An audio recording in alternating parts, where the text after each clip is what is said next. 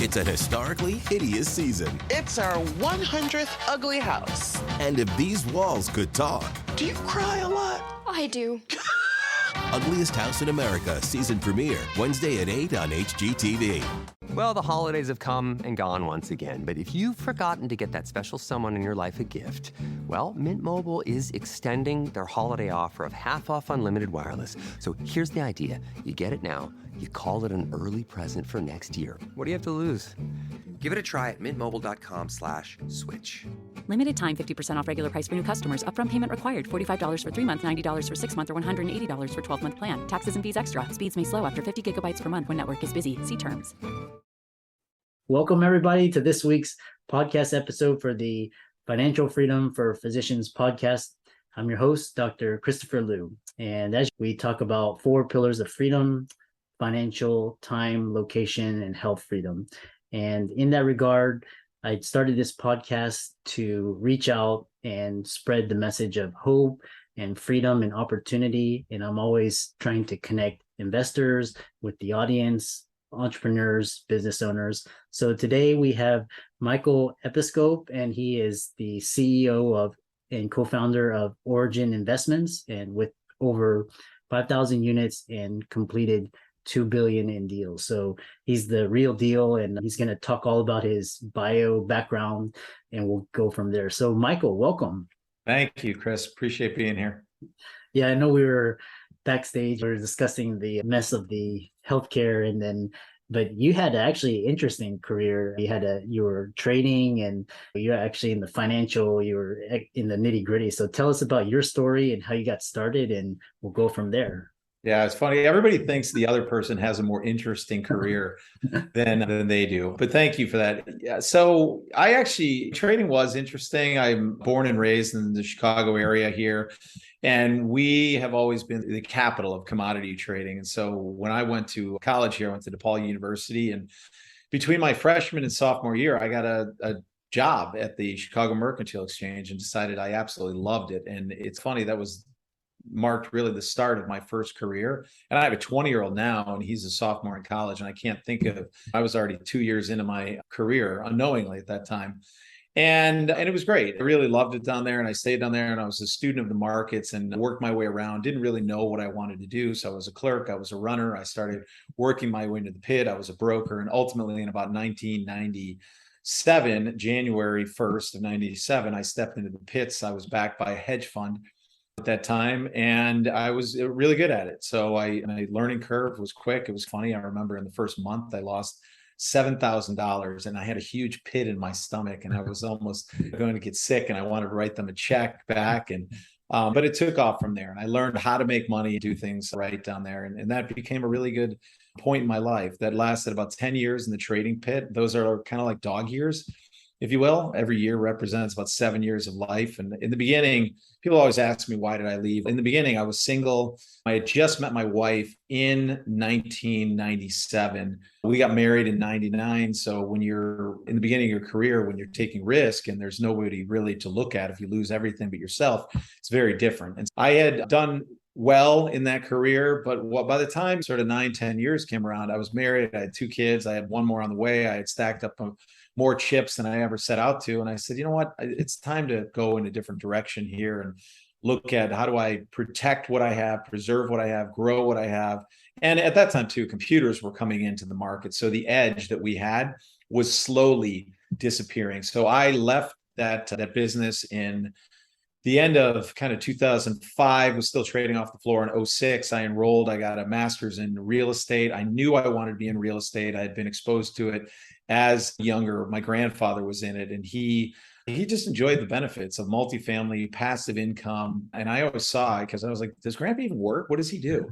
And that's really what you're looking for. So how do you turn your assets into income? How do you generate passive income? And at the time, I didn't really know where I wanted to go or what I wanted to do. I was investing passively, and my partner and I got together, and we had invested a lot together, different things. I invested alone, and it was always like, it was 2 steps forward, 1 step back. And candidly, it was sometimes 3 steps back and getting punched in the face. And you're, man, there's got to be a better way.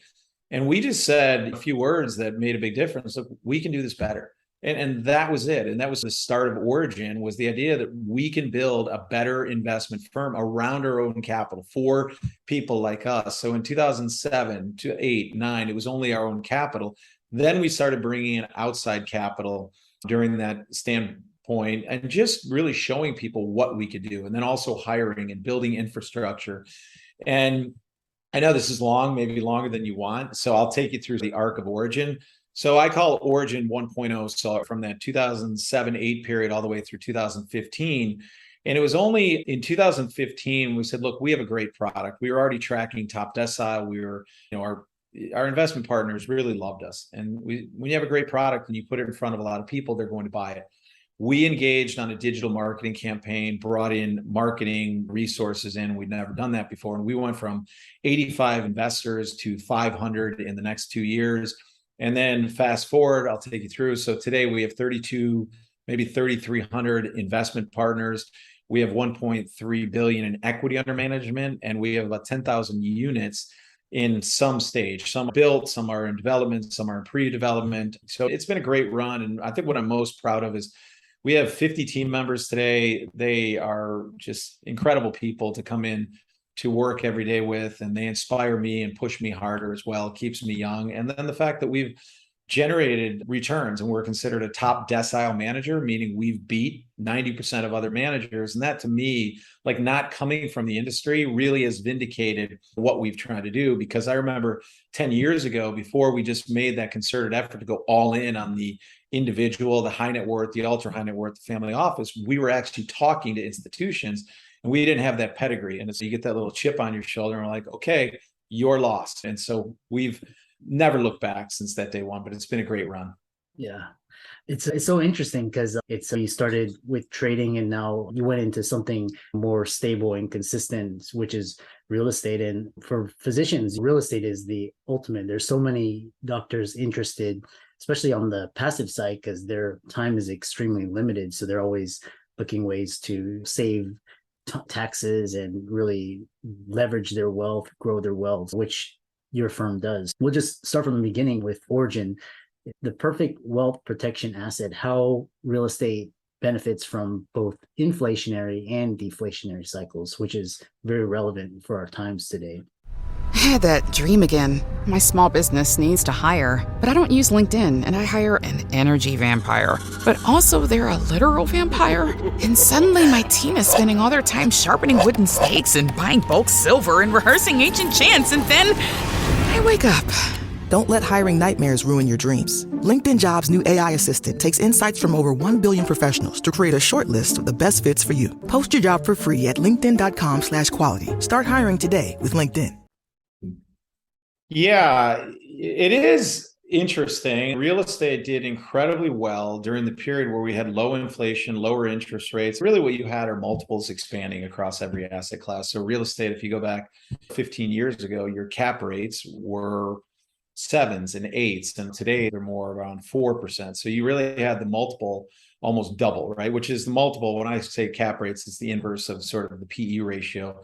And now you've got the expansion of cap rates as well. I would say 6 months ago, a year ago, cap rates were 3.25, 3.5. Today they're 4, 4.25. We're using those in our models. And it really is. I would say that this is what people need to be cautious of, though, right? We are in inflation. If you're positioned ahead of that inflation, then you did really well. Now is not the time to be running in to real estate and saying, hey, I want to beat inflation. That ship is already sailed. And if you're positioned, that's great. Because when you think about a piece of real estate, it is an amalgamation of commodities. It has lumber and it has steel and it has glass and it has everything that we've been looking at that has been causing inflation. And the biggest thing are housing prices and rental price increases. So it is a protector in that case, and it's held up very well in this environment. I just like looking at asset prices and the fact that inflation has leveled off and slowed down. Everything that we're looking at when we're running our predictive models next year, the year after, is that we're going to give back some of these gains. I don't think that's a surprise to anybody. Looks like a recession is on the horizon. 2023, most likely. The stock market is certainly predicting that. It has really been a great hedge, though, against inflation. And what I love about just real estate, and we're only in multifamily. So we build, buy, and lend. And we really, depending on the market cycle, so there's times that you want to be lending, there's times that you want to be buying existing properties, and there's times that you want to be building. And that depends on different parts of the cycle. But it offers the passive income, it offers the depreciation, it offers the appreciation as well.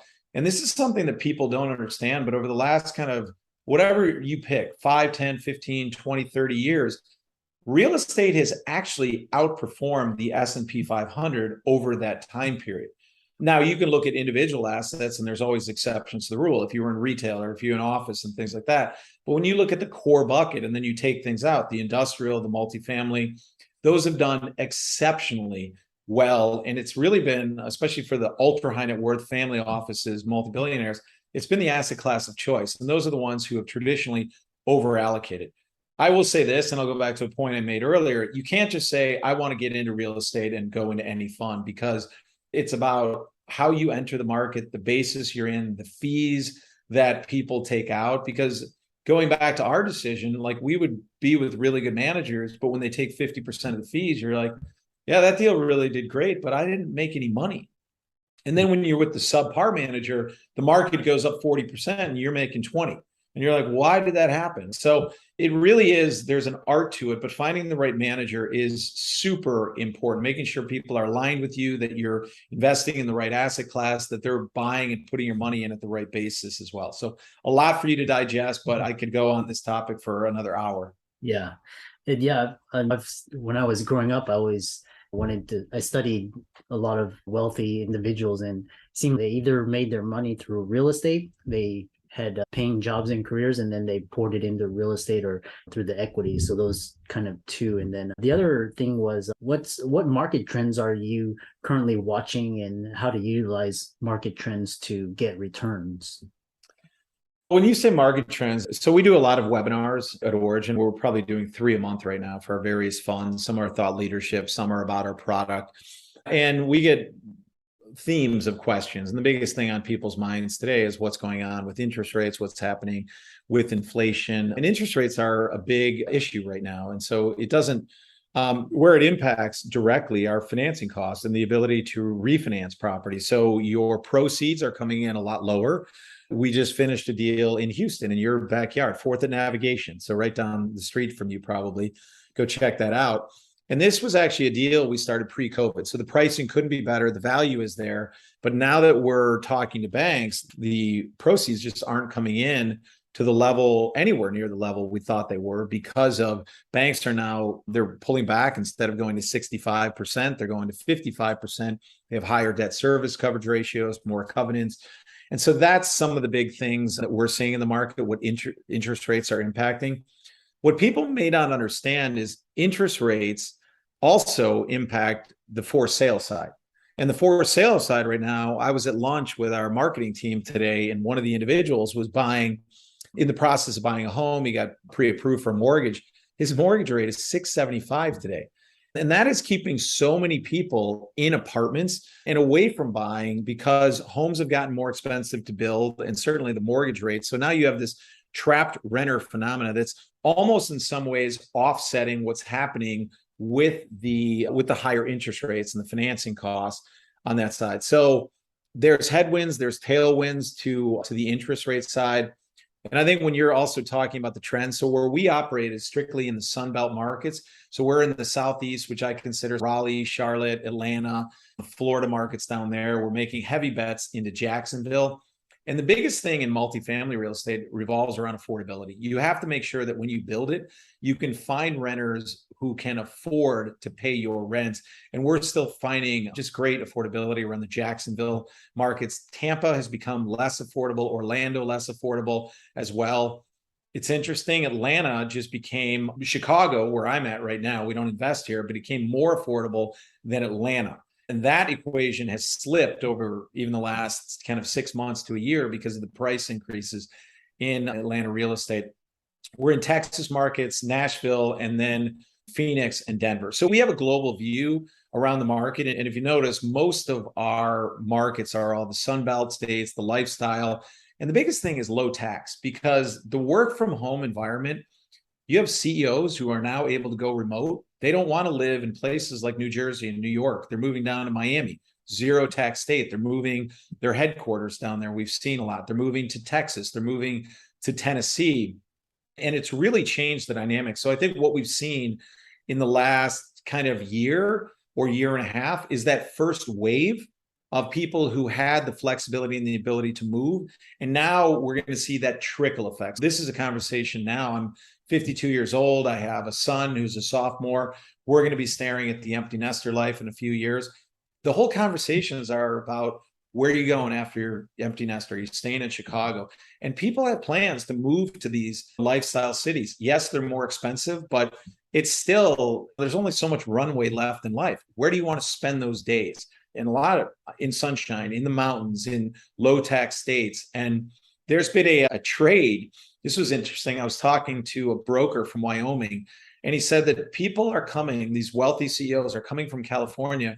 They're buying $15 million homes, and they feel like they bought them for free because they're not paying the state of California that 13% tax anymore. They're like, I don't care what it costs. It's free as far as I'm concerned, right? Like, I'm finally writing whatever, the $500,000 check a year, but I actually can enjoy something. So a lot of that's happening. Chris, you can cut me off anytime. No, it's great you have a lot of knowledge and experience, and I just want the audience to soak it up. And the other thing is, in particular, in terms of taxes biggest consideration for high net worth individuals, high income professionals. And this idea of people talk about 1031 exchange, just roll over the profits, tax defer it, versus the QOZ investing. Describe that and tell how investors can maximize their tax advantages. Yeah. And so the 1031 exchange is it's a great vehicle, and it's really unique. And I would say that if you have the means and you have the expertise and you can find somebody really good to help you with the 1031 exchange, it's probably the best product out there. Now, you will be concentrated, so it's a little bit different. I want to caveat that, but you should never let the tail wag the dog. And I've seen, for example, my mother, unfortunately, my grandfather left her a Walgreens, and she and my uncle decided to sell the Walgreens. And I got to save taxes. I'm like, Mom, just pay the taxes. They were 15% at the time. She rushed in, did a 1031, ended up paying a broker a large fee, right, that she didn't know was in there, because these things are very fee heavy. And ultimately that deal did not do well for her. It was absolutely the wrong decision versus just selling it. Now, that is hindsight, but the reason I say that is because the 1031 exchange market has huge fees in that market. And a lot of times you're saving on your taxes, but guess what? You're almost offsetting it on the fees you pay or the upcharge that you're paying on this property, because if it's a $50 million property that you're paying $60 million for, guess what? You've just lost all that tax savings in it. QOZ is different in the sense that the Qualified Opportunity Zone law was passed in 2017, part of the Tax Cuts and Jobs Act. If you have a capital gain, it doesn't have to be real estate. It can be anything out there. It can be a piece of art. It can be stocks. It can be a PE fund. It can be long-term. It can be short-term capital gain. And you can invest those proceeds into a Qualified Opportunity Zone fund within 180 days of realizing that gain. I could spend another 5 minutes on those rules. 180 days, there's all different dates, depending if it's in your personal name or in a partnership. But the point is that if you have, let's say you made $1 million investment and you make $500,000 on that investment and you realize that gain, you do not have to invest the principal, which is a huge benefit. You only have to invest that gain to get the Qualified Opportunity Zone benefits. And the benefits are this. Number one, you get a deferral of those taxes. You do not have to pay those taxes. So if, for example, you're doing your taxes, it's October right now, all the taxes are due. If you decided, hey, I want to invest a 2023 gain into a Qualified Opportunity Zone, you wouldn't pay those taxes until 2027. It would be recognizable in tax year 2026. You would pay them in 2027. It's like a free loan from the government. Now, the risk is that tax rates go up and you're subject to whatever that prevailing tax rate is at that time. That's not even the best benefit of the program. The best benefit is this, that is, if you are in that program for 10 years and 1 day, you pay zero taxes on the gain. So if that $500,000 grows to $1 million, $2 million, $3 million, and you get out, you pay zero taxes, and you get the benefit of depreciation, you get the benefit of cash flow, you get all the tax benefits of real estate during that holdest period. So you might even get passive income losses against gains that you can offset against those. So it really is a fantastic program. I'm putting personally a lot of money into this to shield my taxes, which is just a great way to do it. So it's one of those things that you find very few, but it had bipartisan support in Congress by both the Republicans and the Democrats, and it's here to stay. And there's actually some law or some pending legislation where they're going to extend this and bring back a third benefit, which is a step up in basis. And that could happen by the end of this year, early next year. And what that means is that if you have a $500,000 gain, when you go to recognize that, you would only recognize 85% of that gain in the future. So that's the step up. And that's been something that went away this last year, but it could be coming back. Yeah. Yeah, no, this has been really fascinating because there's so many ways of saving taxes, and that's the benefit of having guests such as yourself on podcasting, sharing the knowledge. I know a lot of the audience out there that's listening is really interested in Origin investments, and how can they contact you, visit your website, and work with you? Yeah. Chris, let me touch on one thing, because you said saving on taxes, and it's really important. We only deal with high net worth individuals. And one thing that we've done with our model is changed it from buy, fix, sell to buy, fix, and hold, because we just believe that real wealth is made by building, owning, buying quality assets forever and taking advantage. And I think that private equity, when it's used in real estate, that buy, fix, sell, if you're not in real estate for the long run, taking advantage of the depreciation benefits, there's other assets that you can probably get into that are better. But real estate is something that you should be thinking about holding for 5, 10, 20, 30 years and really taking advantage of those. So I just wanted to get that in there because it's been a huge mind shift at our organization where we've gone to open-ended perpetual funds, really thinking about how to build long-term wealth for our investors. And if anybody wants to contact us, your question, origininvestments.com. We make it super easy for people to interact with us. You can go to our website, you can download any of our decks, you can learn about us, you can connect with somebody in our business development department right there, schedule a call, and they will be happy to answer any of your questions. Yeah. And for the audience listening, all of Michael's resources will be in the links and show notes. Be sure to check them out. And we hope to hear about your future success. Thank you, Chris.